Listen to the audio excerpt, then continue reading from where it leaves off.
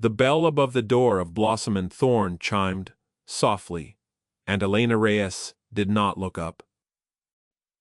She was elbow-deep in white peonies, her fingers moving with the practiced tenderness of a woman who had spent 7 years learning that flowers, unlike people, never lied about what they were.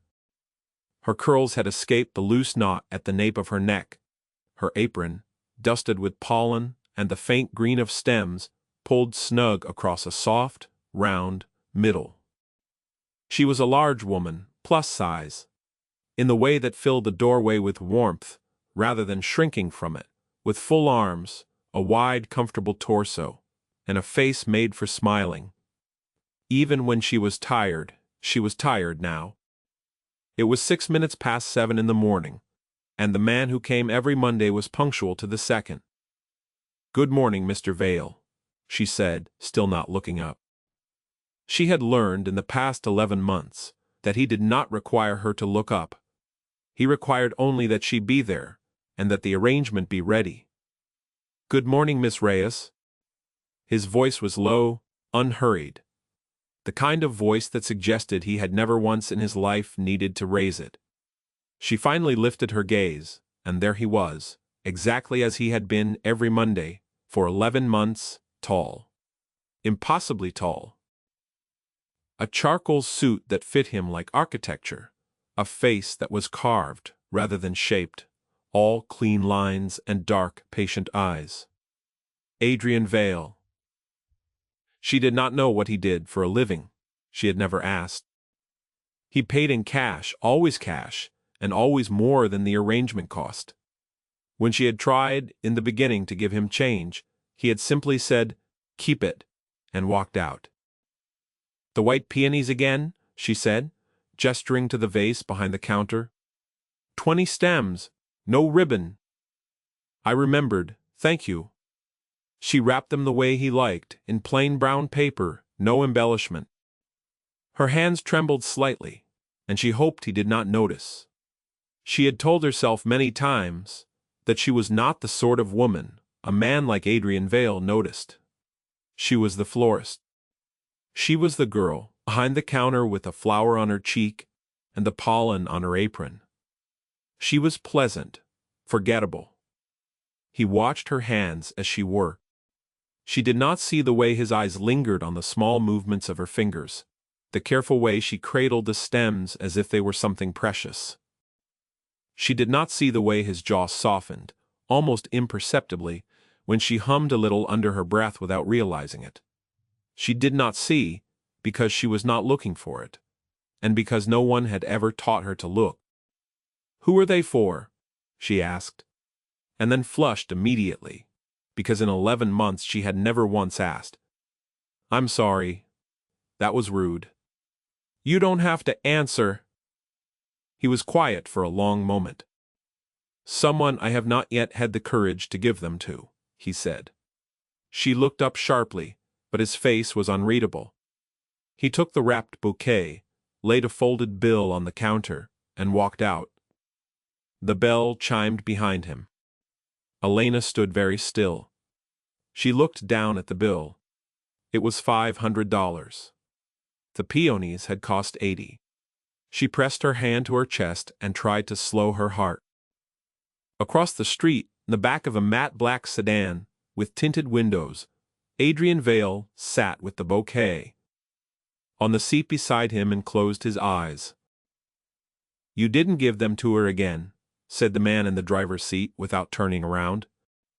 His name was Marco Bellini, and he had been Adrian's oldest friend, his consigliere, and his most reliable source of exasperation for over 20 years. "No, 11 months, boss. I am aware."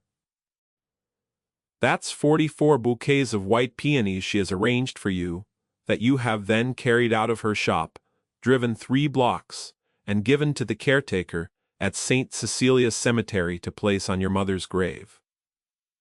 "Marco, I'm just noting the mileage." Adrian opened his eyes and looked at the flowers. His mother had loved white peonies. He had begun going to Blossom and Thorn because a discreet inquiry had told him it was the best florist in the city. He had continued going because, on the third visit, Elena Reyes had told him that peonies meant a happy life, and had said it with such quiet sincerity that something inside his chest had shifted and had never quite shifted back. "Drive," he said. The sedan pulled away from the curb. Elena did not know that the man who bought her peonies every Monday was Adrian Vale, the head of the largest and most feared organization on the eastern seaboard. She did not know that he owned the building her shop was in and that her rent had not increased in 3 years because he had quietly instructed his property manager to refuse every proposed adjustment. She did not know that the drunk man who had tried to break into her shop last February had been found the next morning 3 states away, sober, terrified, and possessed of a written apology he did not remember composing. She did not know any of this. She only knew that on Mondays, at 7:06 exactly, a tall man in a charcoal suit walked into her shop, and that for the rest of the day, her heart beat a little differently. Her best friend, Sophie, told her she was in love. "I am not in love with a stranger," Elena said 3 days later, spooning sugar into her coffee at the little table in the back of the shop. "He is not a stranger. You have known him for almost a year. I have sold him flowers for almost a year. There is a difference." Sophie was small and freckled, and possessed of the kind of relentless optimism that Elena both cherished and feared. She leaned across the table. "Elena, Elena, listen to me. Men who look like that do not come to the same florist every Monday for 11 months because they like the parking. He likes the peonies." Elena laughed, but it came out thin. "Sophie, look at me. I am looking at you. You are beautiful. I am a woman who smells like fertilizer and has never once in her life been able to walk in heels without falling down. You are the kindest person I know. You are smart. You built this shop from nothing. You are, Sophie, gorgeous, and if that man is not in love with you, I will eat my apron." Elena shook her head and looked out the window. Across the street, a black sedan she had not particularly noticed pulled slowly past. She did not know it was the 3rd time it had passed that morning. 2 weeks later, everything changed. It was a Thursday, and Elena had agreed, against every instinct she possessed, to attend a charity gala at the Whitmore Hotel. Sophie had pressed her into it. The Florist Union was being honored, and Elena, as one of the youngest independent shop owners in the city, had been invited. She had worn a dark green dress that Sophie had helped her pick out, and she had spent 40 minutes in front of the mirror telling herself she looked fine, she looked lovely, she looked like a woman who deserved to be in a room like that.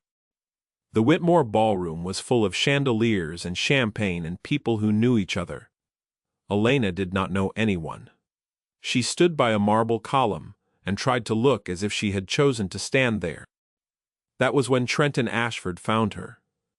He was the son of the man who had once tried to buy her building and evict her, and he had recognized her from a distance, the way a man recognizes an insect he has been waiting to swat. He was drunk, and he was cruel, and he had an audience of 3 friends who laughed too loudly at everything he said. "Well," he said, sliding into her line of sight, "if it isn't the flower girl, I didn't know they let the help in." Lena's face went hot. She tried to smile politely. "Good evening, Mr. Ashford. Who let you in, sweetheart? Did you cater? Are you the centerpiece?" He laughed at his own joke. "God, look at that dress. Did you have to have it made? Do they even make green in your size?" Silence spread outward from them in a ripple. The people nearest turned their heads. No one intervened. No one ever intervened. Elena had learned that a long time ago. "Please," she said quietly. "I don't want any trouble. I was invited." "Invited?" Trenton mocked. "By who? The kitchen staff?" "Sweetheart, this is not your world." You should have looked in a mirror before you left the house. You'd have saved yourself the embarrassment. Her eyes stung. Her hand trembled around the stem of her untouched glass. She wanted to disappear. She wanted the floor to open. She wanted to be anywhere but under the eyes of every stranger in that room, hearing them not defend her, hearing them decide by their silence that she deserved it.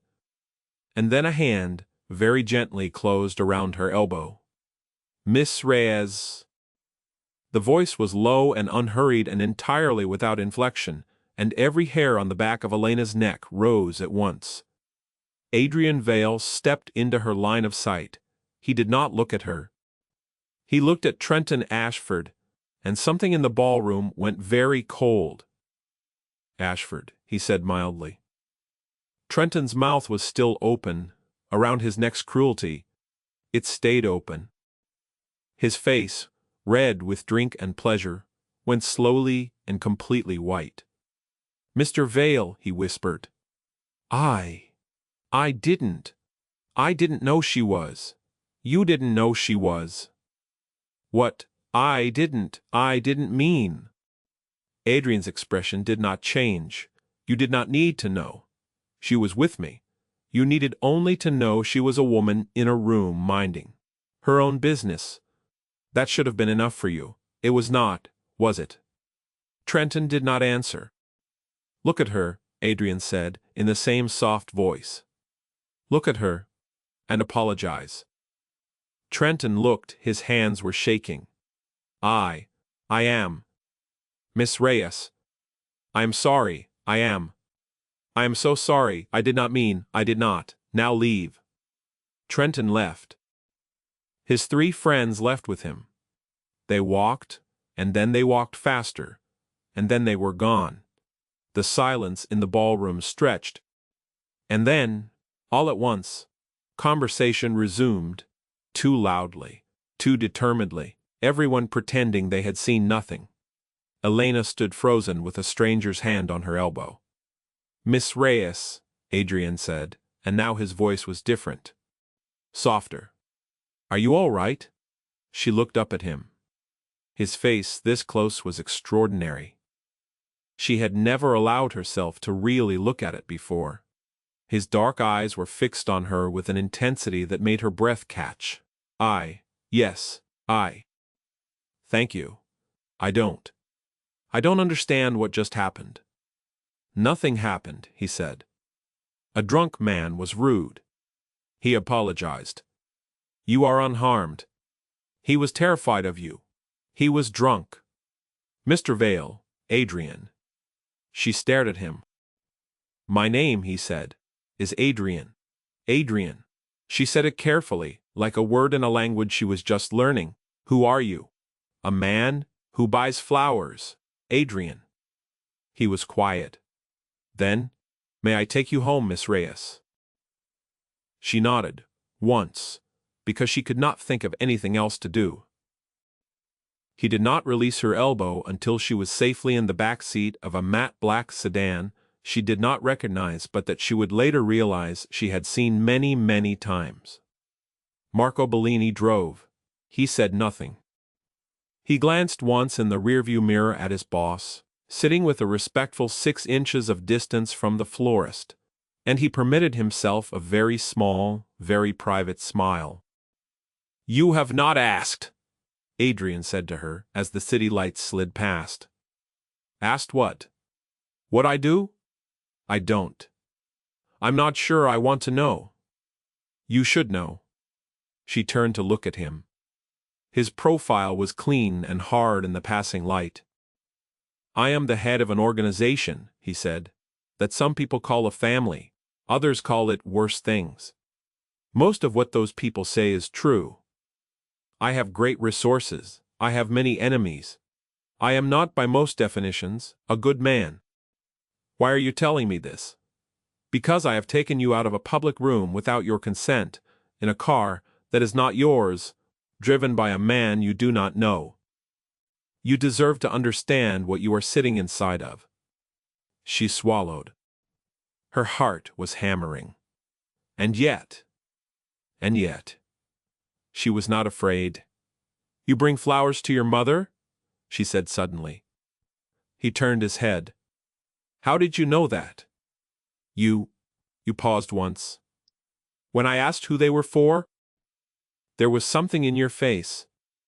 I thought maybe someone who was gone." He was silent for a long time. "Yes," he said finally. "My mother. She loved peonies, Adrian." "Yes, I am so sorry."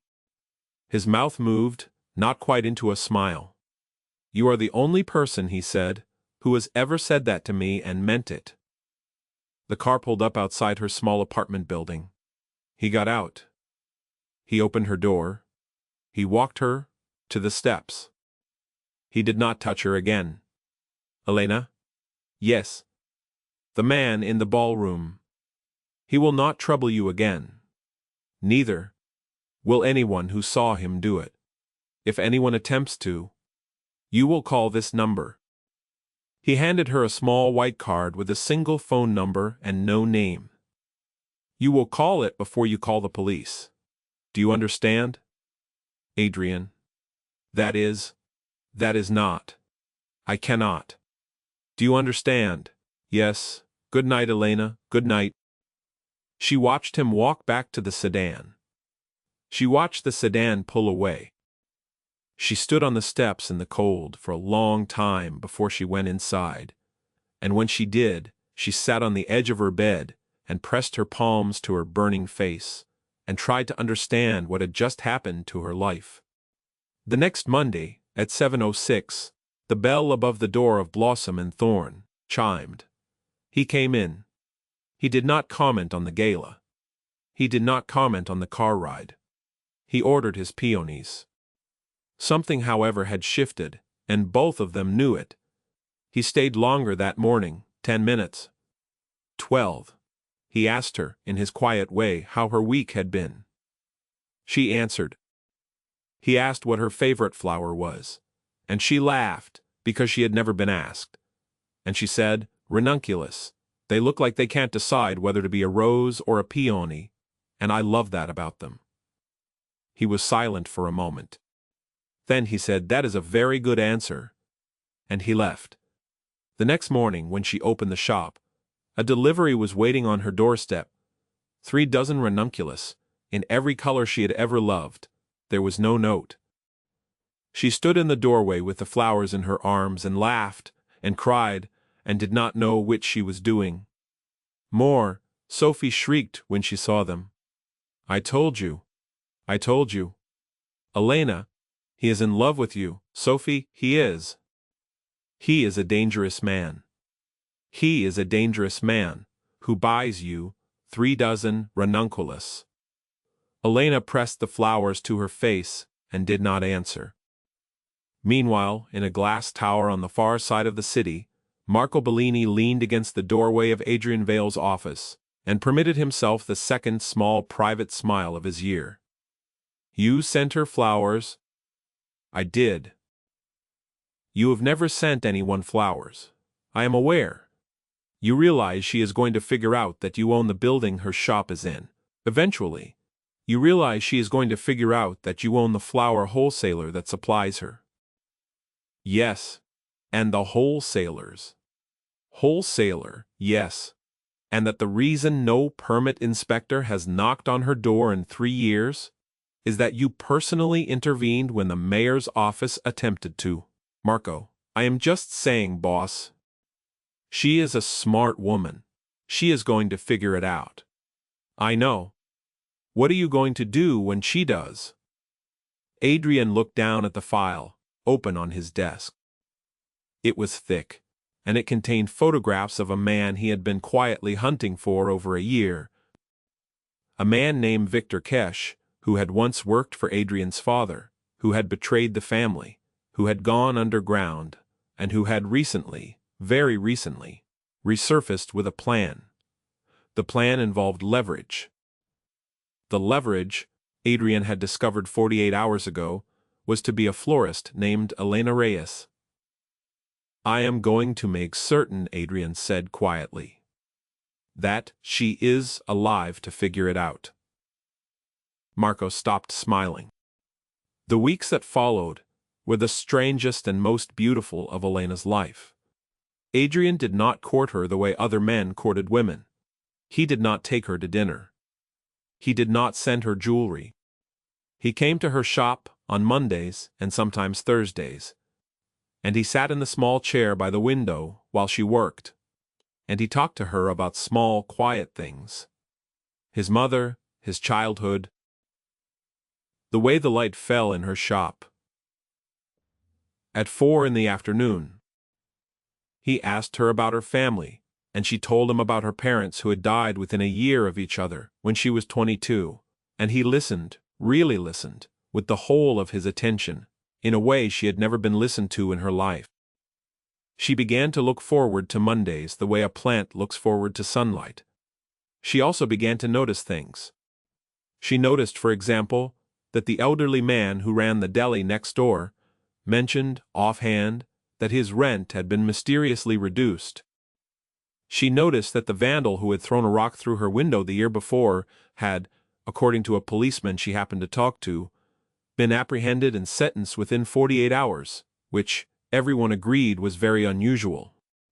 She noticed that when she needed a new refrigeration unit and could not afford it, the wholesaler she used called her personally to say that a supplier had made an error, and that she was owed a large refund, which was almost exactly the price of a new refrigeration unit. She noticed, and she began to wonder. She did not ask Adrian. She was not yet ready to ask. And then, one evening in late October, she was closing up the shop, when a man she did not know walked in. He was well-dressed, thin, with pale eyes, and a smile that did not reach them. "Miss Reyes, I'm sorry we are closing. If you would like to come back tomorrow, I would like to speak with you now." She straightened. Something in her chest went cold. "Please leave. My name is Victor Kesh. I am an old acquaintance of Mr. Vale. I understand you and he have become close. I don't know what you are talking about." "Yes, you do." His smile widened. "Miss Reyes, I want you to listen very carefully. In 3 days, you are going to receive a package. Inside that package will be a small item. You will place that small item inside the next arrangement you prepare for Mr. Vale. You will do this. You will not tell anyone. If you do not, or if you do tell anyone, several things will happen. Your friend Sophie will lose her apartment. The elderly man next door will lose his shop. And you." He looked at her up and down slowly. "You will lose considerably more than that." He set a card on the counter. He walked out. Elena stood very still. Her hands were shaking so badly she could not pick up the card. She sat down on the floor. For a long time she did not move. She thought about calling the police. She thought about calling Sophie. She thought about the small white card in her purse, with a single phone number, and no name. She took out her phone. She dialed the number. It rang once. "Elena," Adrian's voice, immediate, sharp, with something she had never heard in it before. "What has happened? A man came to my shop. Do not leave the shop. Lock the door. I will be there in 6 minutes. Adrian, 6 minutes. He was there in 4. She was still on the floor when he came through the door, and he was on his knees beside her. Before the bell had finished chiming, he did not touch her. He held his hands out palm up, as if she were a bird that might fly away. "Yelena, tell me." She told him. Every word Victor Kesh had said. When she was done, Adrian's face was terrifyingly calm. "His name is Victor Kesh, yes. He worked for my father. He betrayed the family. He wants me dead. He believes that using you to place a listening device, or a poison, or a small explosive inside one of my personal effects is the way to accomplish that. Adrian, you are not going to do it. I know. You are not going to have to be afraid, Adrian." She looked at him. She was not crying, though she thought she should be. "Who are you? Really? Tell me." "I am the man," he said quietly, "who owns the building your shop is in. I am the man who lowered the rent of the deli next door because you loved that old man, and he was going to have to close. I am the man who had the vandal who broke your window arrested within 36 hours. I am the man who has walked past your shop, or driven past it, or had someone else walk past it, every single day, for 11 months, because the thought of you being unsafe is the thought I cannot live with.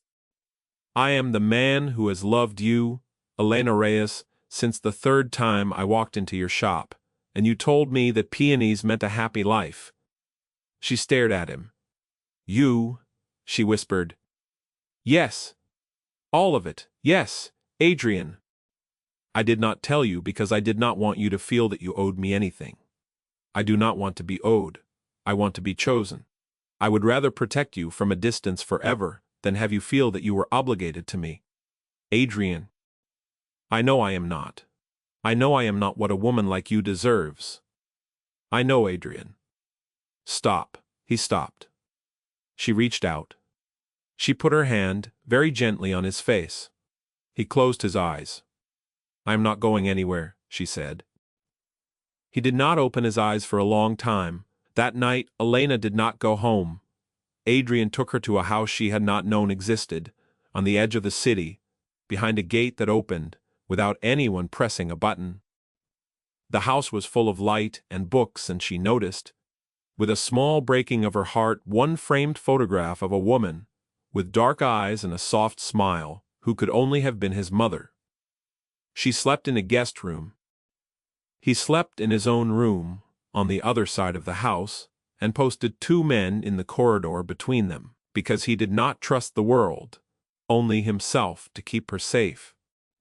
In the morning, she came downstairs, and found him at the kitchen table, reading a file, drinking coffee, looking as if he had not slept. "Adrian." He looked up. Something in his face when he saw her in his kitchen in the morning light made her chest ache. "There is coffee," he said. "Thank you. Marco is arriving in an hour. We are going to discuss what happens next." "Well, thank you, Chahar. I want you in that conversation." "You want me. You are the target. You are the person Kesh wants to use. You will not be discussed as if you are not in the room. You will be included." She poured herself coffee and sat down across from him. "Adrian." "Yes, thank you." Marco arrived. He was, in person, exactly as she had imagined, the voice of a man who had teased Adrian about her every Monday for 11 months. He looked at her with warm, tired eyes and said, "Miss Reyes, I have been waiting a very long time to meet you properly." "Please, Elena," he smiled at Adrian. "She is exactly as advertised. Marco? I'm just saying, boss." The plan they made was this. Elena would appear to comply. She would receive Kesh's package. She would take it to the shop. She would, at the appointed time, appear to place the device inside Adrian's bouquet. Kesh would be told that everything was proceeding. Kesh would come to observe the delivery himself. When he did, he would walk into a room he could not walk out of. "I do not like it," Adrian said.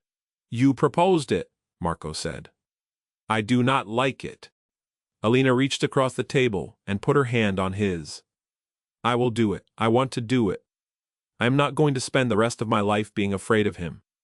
And I am not going to spend the rest of my life letting other people be afraid for me." He looked at her hand on his. He turned his own hand over. Their palms met. "You're so much braver than I am," he said. "That is not true." "It is." The package came. Inside was a small metal cylinder, about the size of a lipstick. Elena did not open it. She placed it on her counter and waited. The morning of the delivery, she woke in the guest room of Adrian's house and dressed carefully. She wore a soft cream sweater and jeans and her hair loose. She looked at herself in the mirror and thought, I am a large woman, with tired eyes and pollen on my apron, and I am about to walk into a room and stare down a man who wants to kill the person I love. And I am not afraid. She was afraid. But she was not only afraid. She went to the shop. She opened at 7. She began arranging the peonies as she did every Monday. At 6:58, the bell chimed. But it was not Adrian. It was Victor Kesh, and 2 men she did not know. And they had guns. Change of plan, Miss Reyes, Kesh said pleasantly. I have decided to be present. Please continue your preparations. When Mr. Vale arrives, you will hand him the bouquet, and you will step aside. Do you understand? Elena's hands were steady, though inside her chest a bird was beating itself against her ribs. Yes, she said. Very good. She placed the small metal cylinder in the bouquet. She wrapped it in brown paper. She set it on the counter. She did not look at the clock. She did not look at the door. She looked at Victor Kesh, and she thought, Adrian, please. At 7:06 exactly, the bell chimed. Adrian walked in. He did not look at Elena.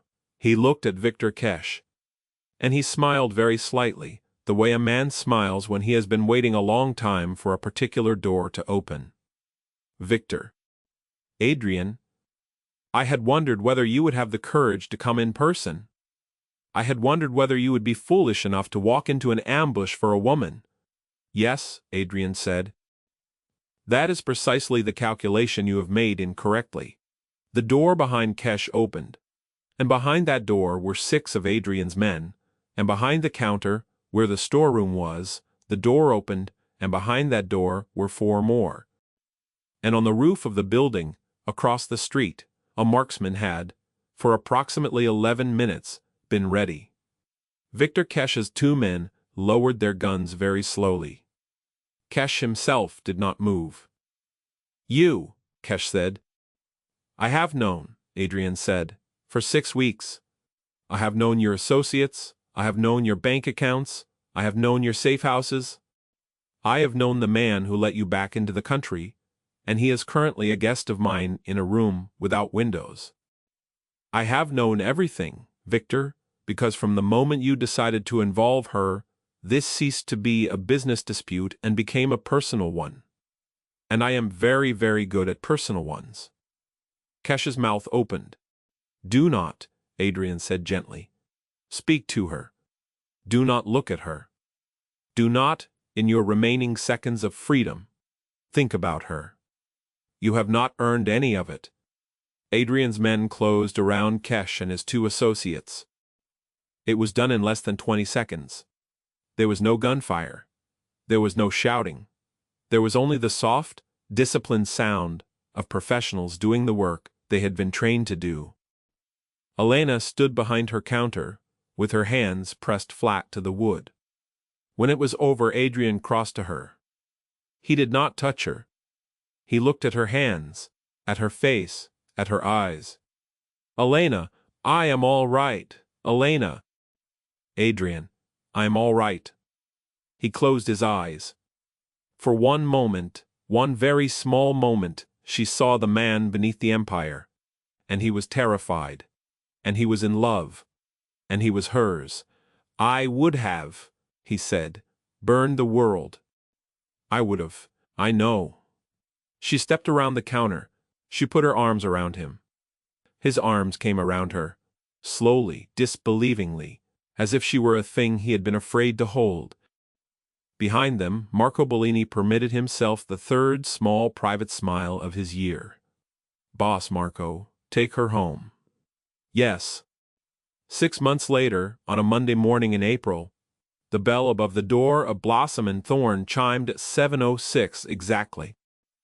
Elena looked up from the counter where she was arranging a bouquet of white peonies, and this time ranunculus in every color she loved. Adrian walked in. He was wearing a charcoal suit. He looked, she thought, impossibly handsome. He always did. "Good morning, Mr. Vale," she said, smiling. "Good morning, Miss Reyes. The usual." "Not today." She raised her eyebrows. He crossed to the counter. He took her hand. He turned it over in his own, and he placed something into her palm, and he closed her fingers around it. She looked down. It was a small velvet box. Behind him the shop door opened, and Sophie came in. And Marco came in. And behind them the elderly man from the deli next door. And behind him half a dozen other shopkeepers from the block, and behind them still more people, until the shop was full of people who loved her and people who had come to see her loved. "Elena Reyes," Adrian said quietly, "you are the reason I understood, for the first time in my life, what power is for. It is not for fear. It is not for money. It is not for any of the things I spent 30 years believing it was for. It is for standing between the people you love and the things that would hurt them. It is for building a life quiet enough that a woman can hum to herself while she wraps peonies in brown paper, and no one will ever again try to take that quiet away from her. Will you marry me?" She was crying. She had not realized. Her hand was pressed to her mouth. She was nodding before she could speak. "Yes, Elena. Yes, Adrian. Yes." The shop erupted. Sophie was screaming. Marco was, for the first time in his life, openly grinning. The elderly man from the deli was crying into his handkerchief. Someone had brought champagne, though it was 7:08 in the morning, and someone else was popping the cork, and Elena was in Adrian's arms, and Adrian was holding her as if he had waited his entire life to be allowed to do so. And in fact, he had. Later, much later, when the shop had emptied and Sophie had gone home and Marco had, with a wink, taken the last of the champagne with him, Elena stood in the doorway of Blossom and Thorn and looked out at the quiet street. "Adrian." "Yes." "You bought the building." "Yes." "You bought the wholesaler." "Yes." "Did you buy anything else I should know about?" He was quiet for a moment. Then, "The shop next to yours is going to be available in June. I thought perhaps an expansion." "Only if you wanted," she laughed, and turned in his arms and kissed him. "You," she said, "are impossible." "Yes. I love you, Elena, I love you." He rested his forehead against hers. "I have loved you," he said, "since the third time I walked into your shop. I know you did not. Then, I know that now." Outside in the soft April light, a man in a charcoal suit, and a woman in a flour-dusted apron, stood in the doorway of a small florist shop on a quiet street, and neither of them was any longer alone. In the end, it was not the empire that saved her, and it was not her kindness that saved him. It was the small thing they built together, one Monday at a time, one bouquet at a time, one honest word at a time, in a shop that smelled of peonies and rain. It was the choosing. It was always the choosing. Because power without love is only fear, and love without courage is only longing. And neither of those things in the end is enough to build a life on. But the two of them together, the silent king and the unseen gem, the man who had spent his life learning to command, and the woman who had spent her life learning to endure, the two of them together, once they finally chose each other every single day thereafter, and that, more than any empire. And every Monday morning, at 7:06 exactly, the bell above the door of Blossom and Thorn still chimed, and she still looked up, and he was still there, and he always would be.